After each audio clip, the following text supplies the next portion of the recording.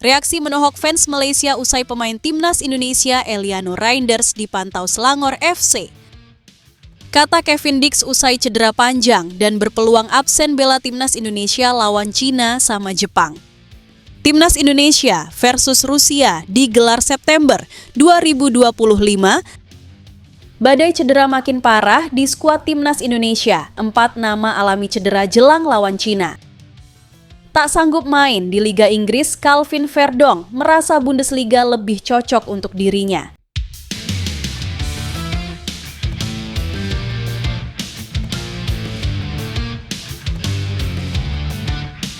Reaksi menohok fans Malaysia usai pemain timnas Indonesia Eliano Reinders dipantau Selangor FC. Rekrut dan tempatkan dia di tim cadangan. Fans Malaysia memberikan pernyataan menohok usai pemain timnas Indonesia Eliano Reinders dikabarkan dipantau Selangor FC. Sebelumnya, pemain serbabisa milik PK Zwolle itu sempat diisukan telah diminati oleh salah satu klub Liga 2 Prancis FC Metz. Bahkan, klub legendaris asal Prancis itu dikabarkan memantau kans untuk merekrut Eliano Reinders pada bursa transfer musim panas 2025. Meskipun pemain versatile berusia 24 tahun itu telah memperpanjang kontrak bersama PK Zwolle hingga 30 Juni 2027. Namun tidak menutup kemungkinan Eliano Reinders bisa memutuskan untuk hengkang awal jika ada tawaran yang cocok untuknya. Pasalnya, pemain timnas Indonesia itu kurang mendapatkan menit bermain di PK Zwolle. Adik Tijani Reinders itu kerap menghangatkan bangku cadangan. Pada musim ini, Eliano Reinders tercatat baru bermain sebanyak 16 pertandingan di Liga Belanda dengan tanpa mencetak gol atau assist. Setelah dikaitkan dengan FC Metz, pemain PK Zwolle itu baru-baru ini dikabarkan masuk dalam radar klub top asal Malaysia, Selangor FC. Hal itu disampaikan jurnalis asal Malaysia, Avineshwaran Taharu Melenggam. Dia mengklaim Selangor FC sedang memantau Eliano Reinders. Selangor sedang memantau perkembangan pemain timnas Indonesia, Eliano Reinders, yang mampu bermain sebagai wingback maupun winger, tulis Avineshwaran di akun X pribadinya. Pemain berusia 24 tahun ini telah mencatatkan 3 penampilan bersama timnas Indonesia dan merupakan adik dari bintang AC Milan dan timnas Belanda, Tijani Reinders, tambahnya. Namun, belum ada konfirmasi dari pihak Selangor FC maupun Eliano Reinders terkait rumor yang berkembang di media sosial tersebut. Satu hal yang pasti, Selangor FC sendiri merupakan salah satu klub raksasa Malaysia. The Red Giants menjadi runner-up Liga Super Malaysia 2024 sampai 2025. Mereka menempati di posisi 2 dengan mengoleksi 52 poin, hasil dari 16 kemenangan, 4 imbang, dan 4 kekalahan. Sementara itu, fans Malaysia ikut memberikan reaksi menohok usai Eliano Reinders dikabarkan dipantau Selangor FC. Salah satunya, netizen Malaysia mendukung Selangor FC untuk merekrut pemain timnas Indonesia itu dan menempatkannya di tim cadangan saja. Dapatkan dia dan tempatkan dia di tim cadangan, tulis netizen Malaysia, Raj, dengan akun @CFCRaj dengan emotikon tertawa. Sementara itu, sejumlah netizen Indonesia kemudian membalasnya. Tak sedikit yang tidak setuju jika Eliano Reinders gabung Selangor FC. Sementara itu, sejumlah netizen Indonesia kemudian membalasnya. Tak sedikit yang tidak setuju jika Eliano Reinders gabung Selangor FC. Secara tidak langsung Anda ingin melemahkan timnas Indonesia, tulis Altavilla Hars. Saya tidak setuju, sorry. Timpal @AN58. Janganlah, Cok. Buat apa main di Malaysia mending tetap di Eropa? Sahut @SOPPO47.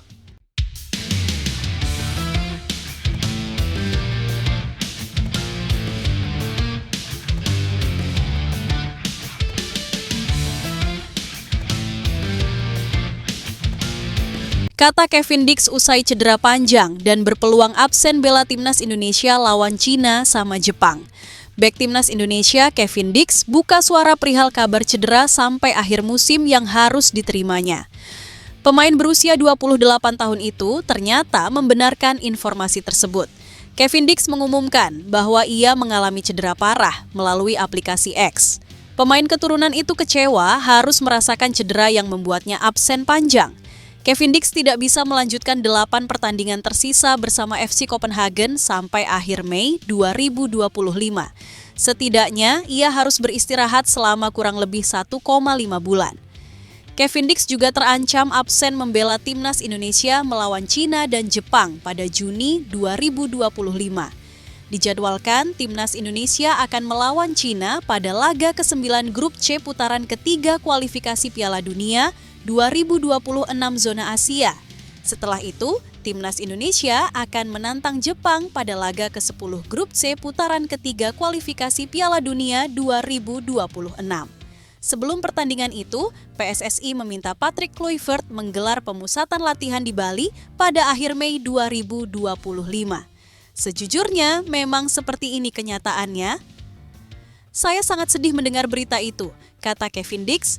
Kevin Dix mengalami cedera saat FC Copenhagen melawan Brøndby IF di Stadion Parken, Copenhagen, 13 April 2025.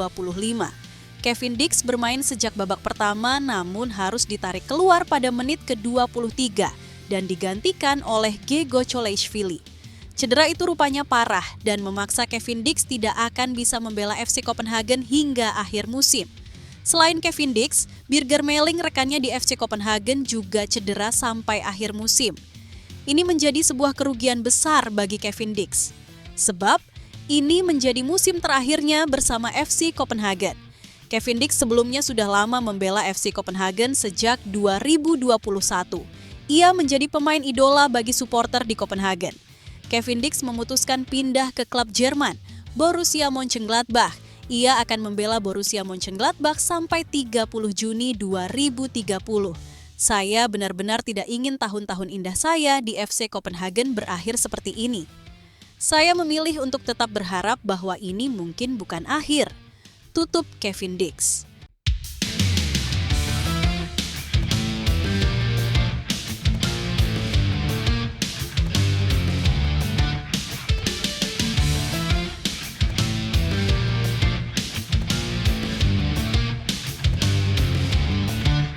Timnas Indonesia versus Rusia digelar September 2025, tawaran uji coba yang muncul sejak tahun lalu dari tim beruang merah. Laga uji coba Timnas Indonesia versus Rusia bisa saja terlaksana pada waktu terdekat, September 2025 dengan mempertimbangkan agenda kedua tim. Media Rusia, Sport Express, kembali mengabarkan kemungkinan tim mereka akan beruji coba dengan Timnas Indonesia dalam waktu dekat. Hal ini diperkuat dengan pernyataan Wakil Perdana Menteri Rusia, Denis Manturov. Di antara acara penting mendatang, saya ingin mencatat untuk merencanakan pertandingan persahabatan antara Timnas Rusia dan Indonesia, kata Denis Manturov. Meski begitu, Denis Manturov belum bisa membeberkan kapan uji coba itu terlaksana, sebab rencana ini harus melihat jadwal pertandingan Rusia dan Timnas Indonesia. Sementara di media Rusia lainnya, Championship, Indonesia merespons dengan menjawab belum mengetahui mengenai rencana ini. Kami belum mendapat kabar apapun tentang rencana menggelar pertandingan persahabatan antara Timnas Rusia melawan Timnas Indonesia, ucap salah satu perwakilan tim komunikasi PSSI dilansir media Rusia, Championship.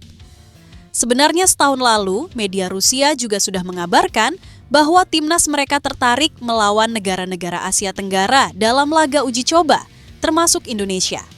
Hal itu terucap dari Sekjen Federasi Sepak Bola Rusia, (RFU), Maxim Mitrovanov ke media yang sama, yakni Sport Express. Saat itu ia mengatakan Rusia akan beruji coba lawan timnas Vietnam dan Thailand pada September 2024. Merujuk pada agenda FIFA, September jadi jendela kosong buat timnas Indonesia setelah melakoni 2 laga penting kualifikasi Piala Dunia 2026 zona Asia putaran ketiga melawan Cina 5 Juni dan Jepang 10 Juni. Andai timnas Indonesia mampu menembus babak keempat atau bahkan langsung lolos ke putaran final Piala Dunia 2026, maka laga kompetitif berikutnya baru akan dilangsungkan pada bulan Oktober 2025. Di sisi lain, Rusia yang masih menjalani sanksi FIFA dan UEFA tentu juga akan sangat longgar menerima jadwal bertanding di bulan September. Meski tak berlaga di ajang kompetitif, Rusia terus menjaga kualitasnya dengan laga-laga uji coba selama FIFA Matchday. Di FIFA Matchday terakhir Maret 2025, Rusia 2 kali menang dengan skor 5-0, yakni saat lawan Grenada dan Zambia. Tentu saja, opsi laga uji coba di bulan September bagi timnas Indonesia jadi sangat menarik karena melawan tim yang peringkat FIFA-nya saat ini lebih tinggi 35 ranking dunia.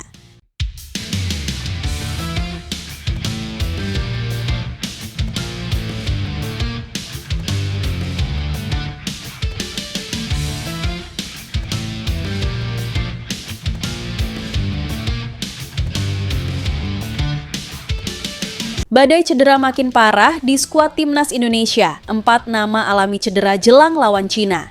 Kabar buruk pertama datang dari Kevin Dix untuk timnas Indonesia jelang pertandingan melawan Cina dan Jepang pada Juni 2025. Pasalnya, Kevin Dix mengalami cedera parah. Bek keturunan Maluku itu diprediksi akan absen sampai akhir musim 2024-2025. Tentu saja cedera ini bukan hanya merugikan timnas Indonesia, tetapi juga FC Copenhagen. Kabar cederanya Kevin Dix awalnya diinformasikan oleh salah satu media Denmark, Copenhagen Sunday.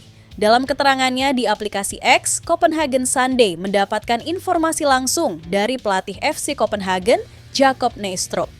Jacob Nijstrup menyampaikan bahwa ada 2 pemainnya yang akan absen hingga akhir musim, yakni Kevin Dix dan Birger Meling. Kevin Dix dan Birger Meling mengalami cedera hingga akhir musim. Tentu saja ini pesan yang sangat mengecewakan yang disampaikan oleh pelatih Jacob Nijstrup.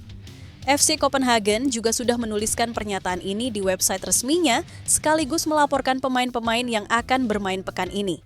Tulis Copenhagen Sunday, kabar buruk kedua datang dari Ragnar Oratmangoen. Pemain 27 tahun tersebut sudah absen selama 5 laga bersama FC Vidender. Pemain depan timnas Indonesia tersebut tengah berjuang sembuh dari virus yang menyerang tubuhnya. Lini tengah kami sangat lengkap, persaingannya sangat ketat, ujar Vincent Eufrard. Pilihan pemain untuk melawan standar kini juga tersedia. Ragnar Oratmangoen belum fit, dia sedang berjuang melawan virus. Lanjutnya, kabar buruk ketiga untuk timnas Indonesia datang dari Go Ahead Eagles. Saat itu, Dean James membela Go Ahead Eagles saat menghadapi FC Utrecht di De Adelaarshorst dalam lanjutan pekan ke-28 Liga Belanda, Eredivisie. Dean James diganti pada menit ke-64 karena cedera hamstring. Belum diketahui kapan Dean James bakal kembali tampil bersama Go Ahead Eagles. Kabar buruk terbaru juga datang pada pekan ini dari kasta kedua Liga Belgia. Bek timnas Indonesia, Shane Patinama, masih mengalami cedera dan absen dalam beberapa laga terakhir. Shane Patinama mengalami cedera ringan dan laman resmi klub tidak memberi kepastian kapan dia bakal kembali merumput.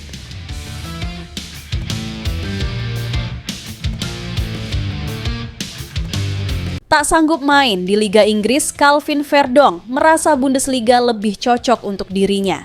Bek timnas Indonesia, Calvin Verdong, mengaku tak sanggup bila harus bermain di Liga Inggris. Ia justru merasa lebih cocok jika bermain di Bundesliga. Kompetisi di Eropa memang segera berakhir, sehingga isu bursa transfer pun semakin santer diperbincangkan. Ini tak lepas dari deretan pemain timnas Indonesia yang belakangan ini diisukan bakal meninggalkan klubnya. Salah satu pemain yang tak lepas dari perhatian, yakni Calvin Verdong. Pemain andalan timnas Indonesia itu disebut-sebut tak menutup kemungkinan angkat kaki dari NEC Nijmegen. Apalagi belakangan ini, Calvin Verdong sering dikaitkan dengan klub Belanda PSV Eindhoven. Pemain berusia 27 tahun tersebut memang masih memiliki kontrak dengan NEC Nijmegen hingga 2028.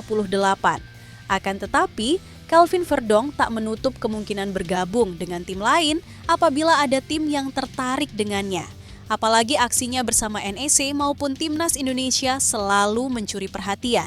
Untuk itu, bukan hal yang mengejutkan apabila Verdong dapat mencuri perhatian klub lain untuk mendatangkannya.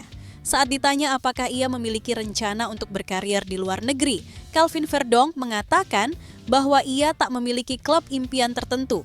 Akan tetapi, untuk bermain di luar negeri pun tak menutup kemungkinan apabila itu memang menguntungkan finansialnya. Mantan pemain Feyenoord tersebut mengaku bahwa ia sudah cukup tua sebagai seorang pemain. Justru saat ini ia merasa penasaran apakah ia masih akan tetap bisa bertahan di kompetisi 5 besar Liga Eropa. Menurutnya, untuk usianya ini memang tak lagi muda di dunia sepak bola.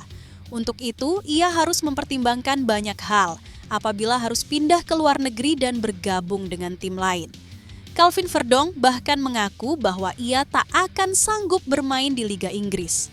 Namun, ia menilai akan sedikit berbeda apabila ia bermain di Bundesliga. Pasalnya, Verdonk menilai kalau Liga Inggris membutuhkan fisik yang kuat, sehingga ia merasa tubuhnya tak akan sanggup lagi. Sementara untuk Bundesliga memang lebih diketahui dengan taktikal dan permainan dari kaki ke kaki.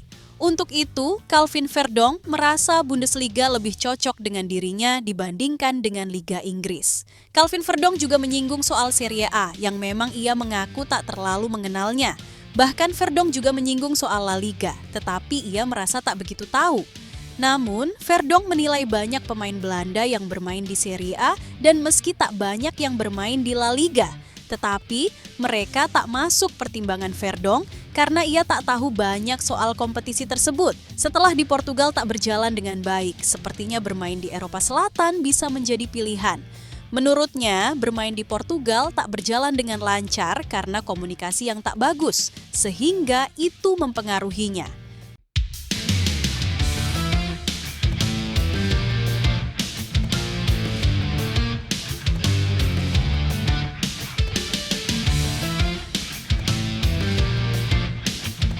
Dari idola, jadi musuh, Tom Hay dapat siulan di kandang Heerenveen.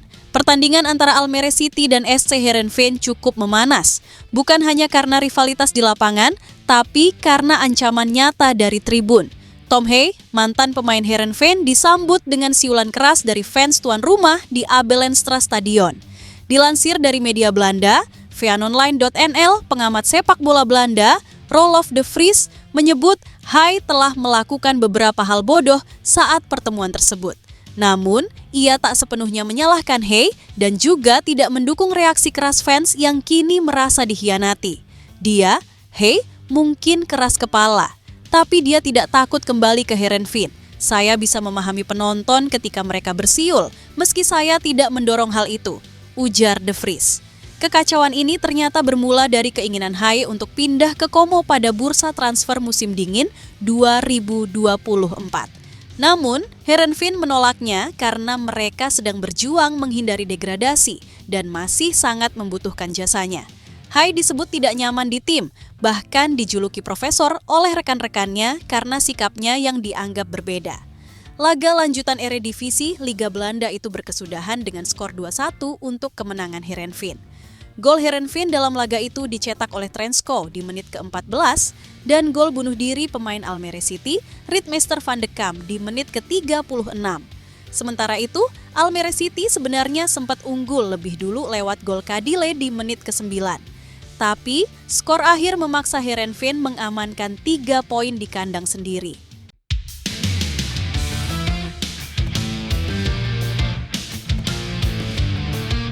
Belajar dari laga lawan Australia, Erick Thohir minta timnas Indonesia tidak remehkan lawan. Ketua Umum PSSI Erick Thohir berbicara soal peluang timnas Indonesia untuk memenangkan 2 laga sisa di putaran ketiga kualifikasi Piala Dunia 2026. 2 pertandingan ini akan menjadi penentu langkah timnas Indonesia menuju Piala Dunia 2026. Orang nomor 1 di PSSI itu bicara soal peluang timnas Indonesia untuk bisa lolos ke Piala Dunia 2026. PSSI awalnya menargetkan finish di posisi 4 besar grup C. Catatan tersebut membuat skuad Garuda bisa melaju ke putaran keempat. Kembali, kita perlu optimistis. Peringkat kedua tidak mudah, tetapi Anda tidak pernah tahu, ujar Erick Thohir, sebagaimana dikutip dari YouTube PSSI.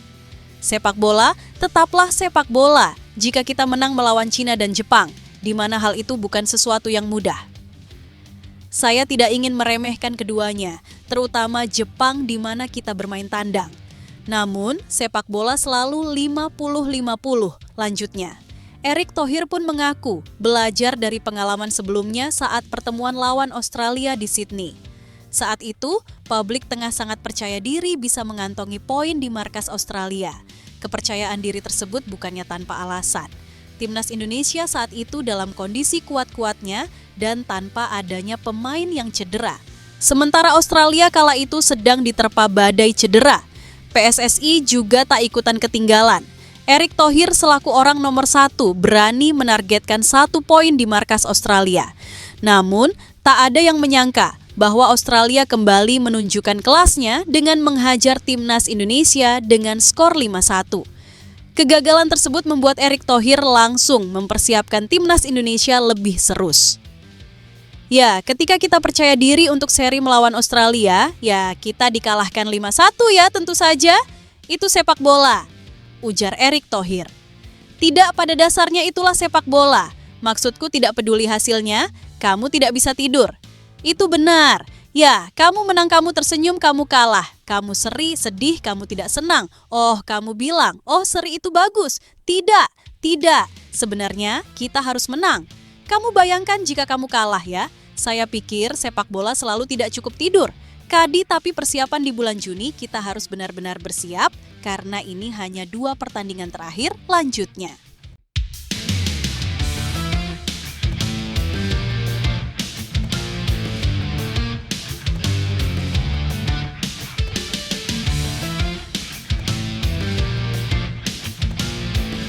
Ini alasan Ivar Jenner dan Justin Hubner lebih istimewa dari pemain naturalisasi baru timnas Indonesia. Sudah menjadi rahasia umum jika PSSI masih gencar mencari para pemain keturunan untuk timnas Indonesia.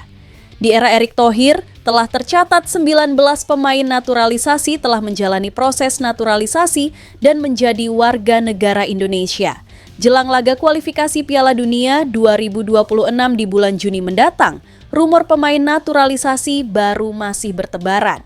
Meski banyak pemain grade A berdatangan, Ivar Jenner dan Justin Hubner jadi salah satu pemain keturunan yang istimewa di mata penggemar. Justin Hubner dan Ivar Jenner merupakan salah satu pemain keturunan Indonesia yang pertama kali bergabung dengan timnas Indonesia. Berbeda dengan pemain naturalisasi baru, Justin dan Ivar datang saat timnas Indonesia berada dalam kondisi terpuruk. Ivar Jenner resmi menjadi WNI pada 22 Mei 2023 dan Justin Hubner pada 3 Desember 2023 silam. Kala itu, timnas Indonesia tengah berada di masa transisi pelatih Shin Tae-yong. Tentunya, keadaan masih jatuh bangun dan tidak stabil. Tanpa berpikir panjang, Justin Hubner dan Ivar Jenner langsung menerima tawaran proses naturalisasi dan menyatakan siap membela timnas Indonesia. Saat menjadi pemain naturalisasi baru untuk timnas Indonesia, usia Ivar Jenner baru 19 tahun, sedangkan Justin Hubner berusia 20 tahun. Untuk usia mereka saat itu, menerima keputusan proses naturalisasi merupakan hal paling berani yang pernah dilakukan. Pasalnya, Ivar dan Justin masih memiliki kesempatan besar untuk bermain bersama timnas Belanda. Berbeda dengan pemain grade A yang menjalani proses naturalisasi setelah timnas Indonesia mengalami kemenangan beruntun. Timnas Indonesia yang saat itu belum terpandang di mata dunia, jadi pilihan utama dari 2 pemain muda ini. Itulah alasan utama mengapa Ivar Jenner dan Justin Hubner memiliki tempat istimewa di hati para penggemar timnas Indonesia. Selain datang saat timnas Indonesia tengah terpuruk, loyalitasnya terhadap negara nenek moyang jadi alasan utama para penggemar untuk mencintai 2 pemain muda ini. Baik pemain grade A maupun pemain biasa, setiap pemain keturunan Indonesia punya kesempatan yang sama untuk membela timnas Indonesia. Namun, Ivar Jenner dan Justin Hubner memiliki tempat yang berbeda di hati para penggemar. Jika pemain lain sebagian besar berstatus camat di awal debut, Justin Hubner dan Ivar Jenner hadir sebagai penyelamat. Ivar Jenner dan Justin Hubner akan kembali beraksi untuk Indonesia pada Juni 2025 mendatang. Berikan dukungan terbaik kamu untuk timnas Indonesia.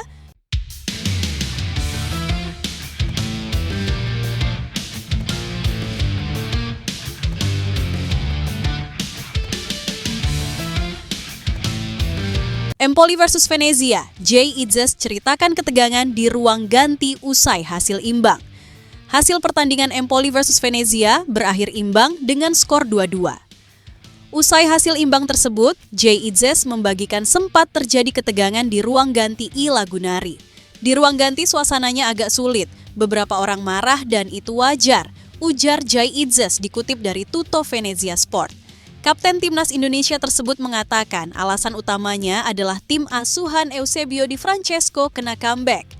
Kami sudah unggul lalu langsung kebobolan, kami berhasil mencetak 2 gol untuk menyamakan kedudukan setelah tertinggal lebih dulu, ucap bek berusia 24 tahun ini. Tapi beberapa detik setelah gol kedua, Venezia, kami langsung kebobolan lagi, sambungnya. Venezia kini membutuhkan kemenangan karena ingin lolos dari jerat zona degradasi. Maka dari itu, kehilangan 3 poin penuh sangat menyakitkan bagi Jay Itzes dan kolega. Jay Itzes menegaskan bahwa I Lagunari masih punya 5 jadwal penting. Maka dari itu, Venezia harus fokus agar menatap 5 pertandingan tersebut untuk bertahan di kompetisi kasta tertinggi Italia. Kami harus terus percaya karena kami masih memiliki 5 pertandingan penting di depan, tegas Jay Itzes. Memang benar, terdapat kekecewaan, tapi kami semua percaya akan hal itu, imbuhnya lagi. Adapun Venezia berada di posisi ke-18 klasemen sementara Serie A Italia. Skuad asuhan Eusebio Di Francesco hanya berjarak 1 poin dari Lecce yang berada di zona aman degradasi.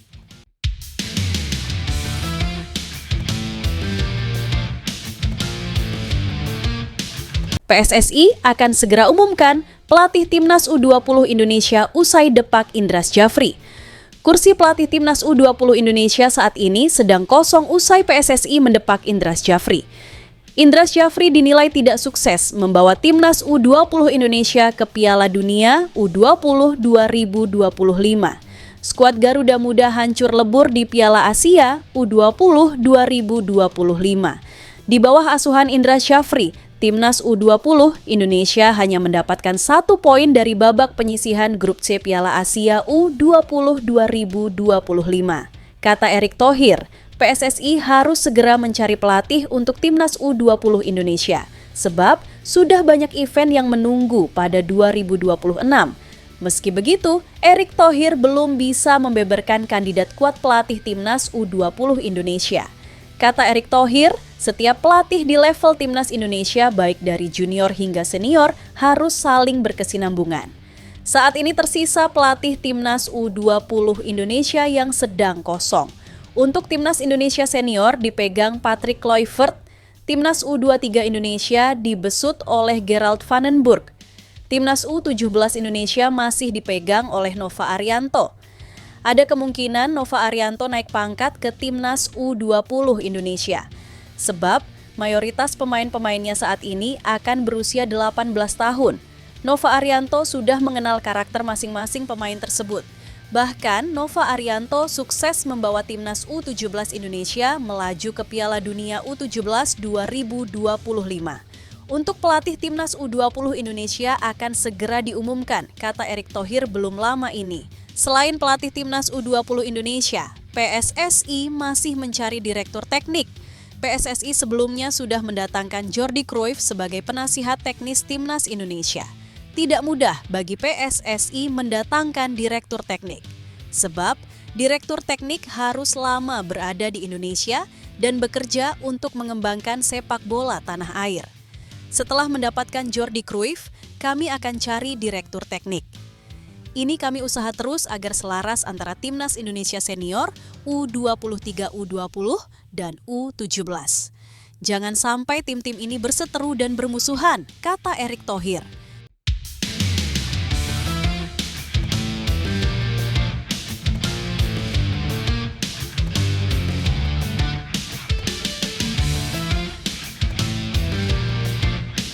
Lebih tua dari Marcelino, Raihan Hanan calon penggendong Timnas U23 Indonesia. Raihan Hanan terus memberi pengaruh besar pada Persija Jakarta, calon kuat pemimpin Timnas U23 Indonesia. Gerald Vandenburg memiliki kandidat pengganti Marcelino Ferdinand jika ia tak dilepas Oxford United.